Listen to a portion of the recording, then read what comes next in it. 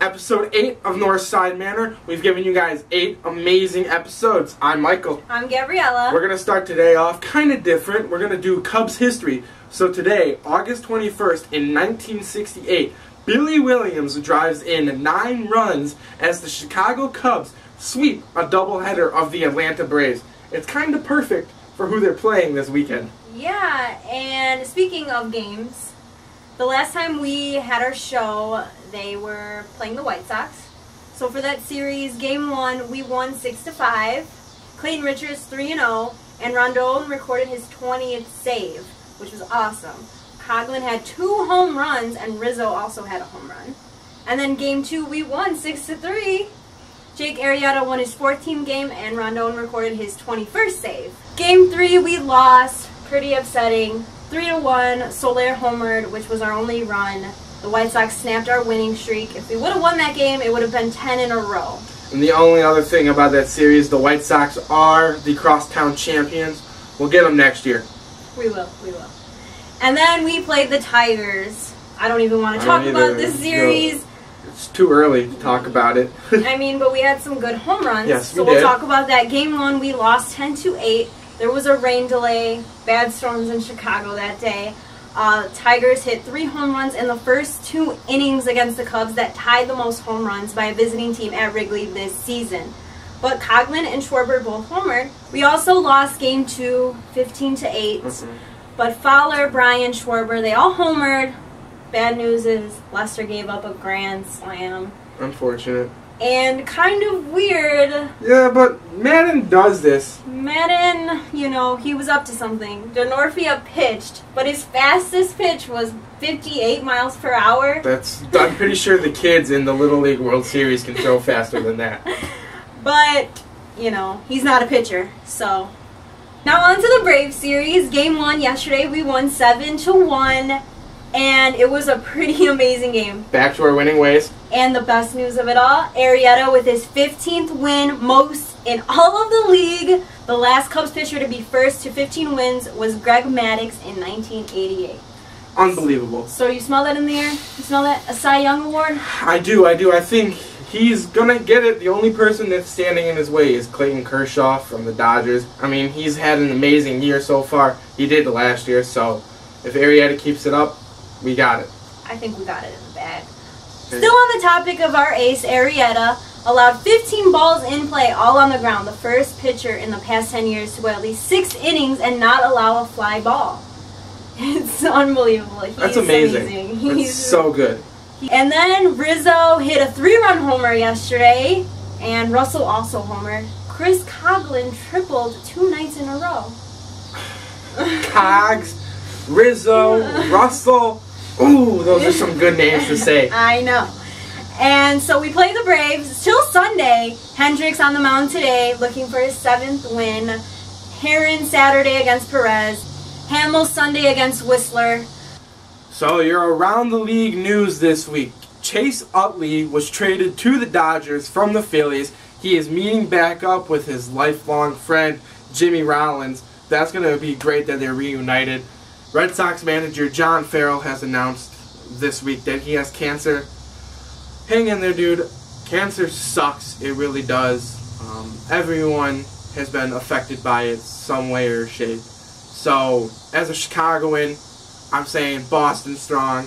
Your team, your fans, your family, your friends, they're all in there for you, dude.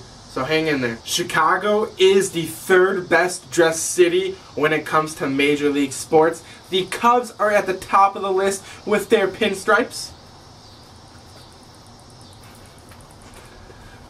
Coming in first is Boston, and then second it is Pittsburgh. Pittsburgh, of course. Now moving on east from Pittsburgh to New York, Brian Cashman, the general manager of the New York Yankees, has recently said that back in 2010 when they were discussing contract negotiations with shortstop Derek Jeter, that Cashman and the organization wanted a younger shortstop, so they were thinking of no one other than Troy Tulowitzki. Well, we all know how that worked out, and Troy went to the Blue Jays, and Derek Jeter, the captain, retired last year. Gabriella does Player of the Week. she's done that all 7 episodes. And to kind of go off of her Player of the Week, I'm going to do Play of the Week. And so the first ever Play of the Week award goes to no one other than Spider-Juan Perez of the San Francisco Giants robbed a home run the other night. It was a no-look over-the-basket grab. An amazing catch from robbing the Cardinals home run. To bounce off of Michael, it's time for Player of the Week. So, any guesses? No. We kind of had a tough week. I expect one guy. Okay, we'll see if you're right.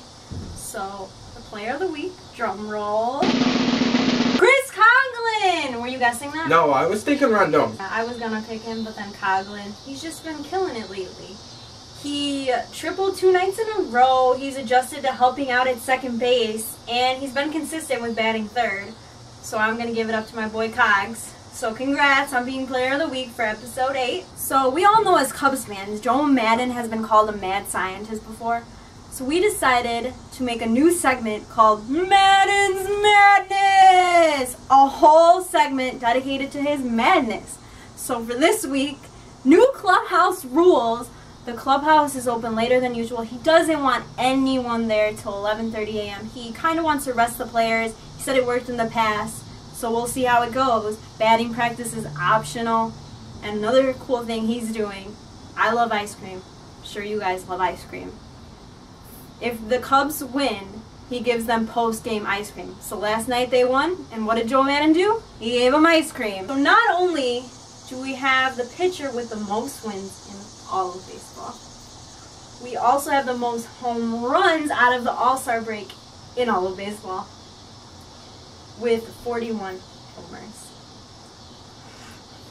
Speechless. I agree. Speechless. When I saw that stat today, I was like, whoa. You know who you can give thanks to for those 41 home runs, right? I think so. Yeah? Yeah. Can you turn around? My favorite player? Yeah. This gentleman right here, Anthony Rizzo. He leads the team with 24 home runs this year. So I saw an article today. I showed you. It made me really sad. I was angry. So am I, because Wrigley is my favorite place in the entire world. Tell them what we saw. Today, the Cubs and partner Toyota decided to reach an agreement on branding the world-famous marquee outside of Wrigley. Episode 8 of Northside Manor is in the books. I'm Michael. I'm Gabriella. Thank you guys for your continued support. Go Cubs!